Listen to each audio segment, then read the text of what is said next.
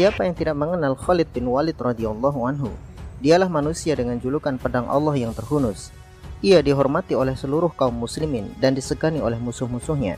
Puluhan bahkan ratusan medan tempur telah ia datangi. Panggilan perang baginya bagaikan panggilan menuju kondangan dan makan gratis. Benar-benar sebuah kegembiraan baginya. Seumur hidupnya ia pertaruhkan untuk memburu kematian paling mulia, yaitu mati sebagai syahid di medan perang.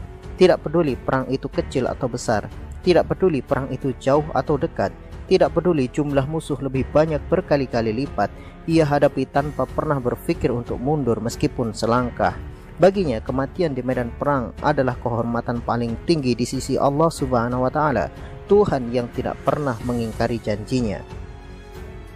Namun kematian yang ia cari bagaikan jarum di tumpukan jerami. Semakin ia kejar kematian itu, semakin jauh ia berlari darinya. Masih teringat dengan jelas perang Mu'tah yang sangat dahsyat. Pasukan Romawi yang jumlahnya 200.000, sedangkan kaum muslimin hanya 3.000. Tetapi kualitas pasukan bukan ditentukan seberapa banyak jumlah mereka, bukan pula seberapa hebat senjata mereka, tetapi kualitas itu pada hati pasukan itu sendiri. Khalid bin Walid adalah singa yang mendambakan kehormatan tertinggi, mati sebagai syahid di medan tempur. Begitu pula pasukan Islam yang lain, mereka tidak takut dengan kematian, bahkan mereka berebut untuk menjadi orang yang pertama mati di medan tempur. Namun ketika semakin pasukan Islam ini berani mati atau bahkan mencari mati, mereka menjadi pasukan yang sulit untuk dikalahkan. Sementara musuh Islam, orang-orang kafir, sejarah mereka diukir dengan peperangan memperebutkan dunia. Mereka pada hakikatnya pengecut. Mereka takut untuk mati. Bahkan untuk membuat mereka berani, mereka meminum khamr agar ketakutan di hati mereka hilang. Medan Mu'tah membuktikan bahwa pasukan yang benar-benar mengejar kematian justru mereka adalah pasukan yang mustahil untuk dikalahkan. Masih teringat pula perang Yarmuk yang ganas. Selama 6 hari pasukan Islam dan Romawi saling hantam dengan senjata. Di saat itu tidak ada yang lebih diinginkan oleh Khalid bin Walid kecuali ia mati sebagai syahid di tempat itu. Namun yang terjadi adalah sebaliknya. Tidak ada satupun orang kafir yang mampu mematahkan pedang Allah Subhanahu wa Ta'ala. Julukan yang bukan asal julukan, gelar pedang Allah yang terhunus, seolah-olah adalah janji Rasulullah SAW bahwa Khalid tidak akan pernah dapat dibunuh di medan perang oleh tangan-tangan kafir.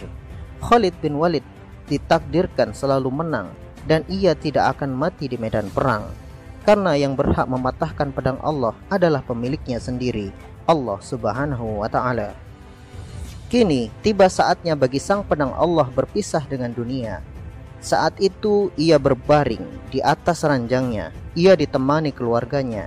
Di sisinya ada Qais bin Sa'ad. Dengan tangisan yang sangat menyayat hati, Khalid bertanya, Mengapa aku tidak mati di medan perang, wahai Qais?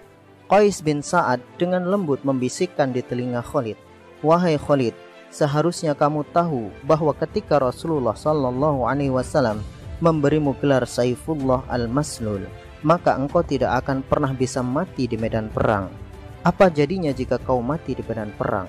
Orang-orang kafir akan berkata, kami telah mematahkan pedang Allah. Khalid bin Walid pun termenung dengan perkataan Qais bin Sa'ad.